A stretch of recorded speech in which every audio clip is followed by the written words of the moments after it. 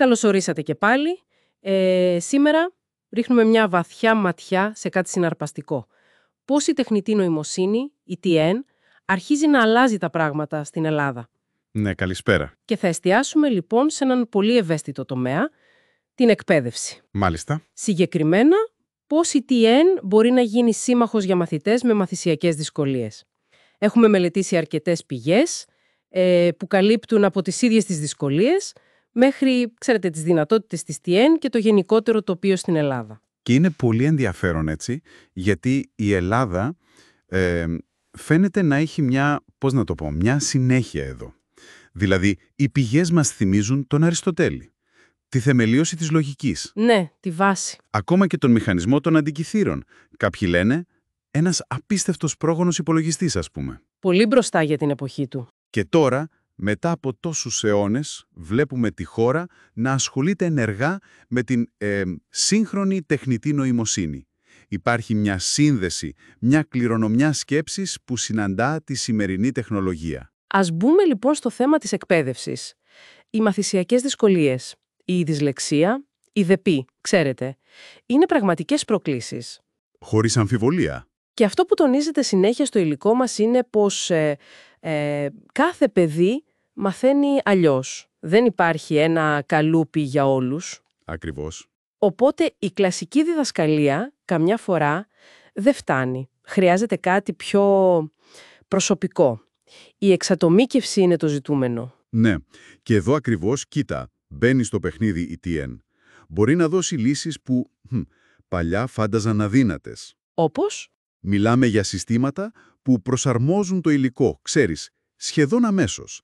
Αν ένα παιδί με δυσλεξία, ας πούμε, κολλάει σε ένα κείμενο, Ναι. η TN μπορεί να του το διαβάσει, ίσως με μια φωνή που του αρέσει ή να του χρωματίσει τις λέξεις κλειδιά, ανάλογα με το που δυσκολεύεται. Δηλαδή δεν του λύνει απλώς την άσκηση, του δείχνει άλλους δρόμους για να καταλάβει. Αυτό ακριβώς.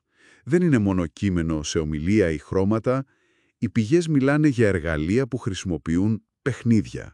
Έξυπνα όμως. Παιχνιδοποίηση, ναι. Όχι απλά κουιζάκια, αλλά σενάρια που αλλάζουν δυσκολία καθώς το παιδί προχωρά.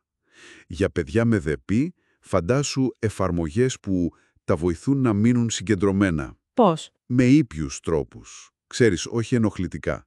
Ίσως με μικρές ενδιαφέρουσες παύσεις ή υπενθυμίσεις. Ένα σύστημα TN μπορεί να εξηγήσει κάτι δύσκολο με 5 διαφορετικούς τρόπους, μέχρι να βρει αυτόν που θα κάνει κλικ στο παιδί. Ακούγεται πολύ εντυπωσιακό όλο αυτό. Πραγματικά. Αλλά υπάρχει πάντα ένα αλλά. Έτσι, μήπως όλη αυτή η βοήθεια, αυτή η προσαρμογή δημιουργεί εξάρτηση? Καλή ερώτηση. Μήπως τα παιδιά συνηθίσουν να περιμένουν την TN να κάνει τη δύσκολη δουλειά?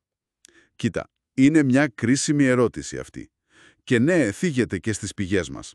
Η οπτική που κυριαρχεί είναι ότι η TN πρέπει να είναι εργαλείο. Ένα έξυπνο βοήθημα. Όχι δεκανίκη. Ακριβώς. Όχι τεχνολογικό δεκανίκη. Ο απότερος στόχος, είναι πάντα η αυτονομία του παιδιού. Να μάθει να σκέφτεται μόνο του. Καταλαβαίνω. Η TN βοηθά να ξεπεραστούν εμπόδια, αλλά δεν αντικαθιστά την προσπάθεια. Γι' αυτό και ο ρόλος των δασκάλων, των γονιών, γίνεται ακόμα πιο σημαντικός. Δηλαδή αυτοί αποφασίζουν πώς θα χρησιμοποιηθεί. Ναι, αυτοί καθοδηγούν, παρατηρούν, παίρνουν τις τελικές αποφάσεις. Η TN είναι σαν ένας σύμβουλος. Και στην Ελλάδα έχουμε τις βάσεις, την υποδομή για να γίνει αυτό σωστά, με προσοχή. Αυτό είναι το κλειδί, η προσεκτική εφαρμογή. Και εδώ λοιπόν έρχεται το ελληνικό οικοσύστημα. Οι πηγές μας είναι σαφείς. Η χώρα έχει δυνατά ερευνητικά κέντρα. Όπως? Ο Δημόκριτος, το ΙΤΕ στην Κρήτη. Κέντρα με διεθνή αναγνώριση. Έχουμε και πανεπιστήμια που παράγουν έρευνα υψηλού επίπεδου στην TN. Άρα υπάρχει η τεχνογνωσία. Υπάρχει. Και επιπλέον η Εθνική Στρατηγική για την Τεχνητή Νοημοσύνη, με τον δασκαλάκη επικεφαλής, δείχνει ότι υπάρχει και πολιτική βούληση. Να επενδύσουμε, να φτιάξουμε ένα πλαίσιο. Και για την εκπαίδευση φυσικά. Λοιπόν, αν θέλαμε να κρατήσουμε την ουσία, τι θα λέγαμε? Ότι η δύναμη της TN είναι... Ότι μπορεί να διαβάσει το κάθε παιδί. Ναι, κάπως έτσι. να καταλάβει πώς μαθαίνει και να του δώσει βοήθεια στα μέτρα του. Μου έρχεται τώρα μια φράση από τις σημειώσεις μας. «Μπορείς απλά αλλιώς». Αυτό ακριβώς. Συνοψίζει τέλεια την ιδέα. Μου άρεσε πολύ αυτή η φράση. Και είναι, ξέρεις, θεμελιώδες, να πούμε ξανά, η τεχνολογία αυτή συμπληρώνει, ενισχύει την ανθρώπινη διδασκαλία, τη φροντίδα, δεν αντικαθιστά. Σε καμία περίπτωση. Δεν μπορεί να αντικαταστήσει την ενσυναίσθηση, την παιδαγωγική ματιά, τη σχέση που χτίζει ένας δάσκαλος ή ένας γονιός. Αυτά είναι αναντικατάστατα. Σωστά. Και κλείνοντας σιγά-σιγά, ας αφήσουμε και μια σκέψη έτσι για το τέλος, με αυτή την απίστευτη ιστορία της Ελλάδας στη λογική, στη φιλοσοφία και ταυτόχρονα με αυτή τη νέα δυναμική στην AI, τι ιδιαίτερες ευκαιρίες ή και ηθικά διλήμματα προκύπτουν τώρα, καθώς αυτή η τεχνολογία αρχίζει να διαμορφώνει το πώς μαθαίνουν, πώς σκέφτονται οι νέες γενιές εδώ, στην Ελλάδα. Είναι κάτι για να το σκεφτούμε.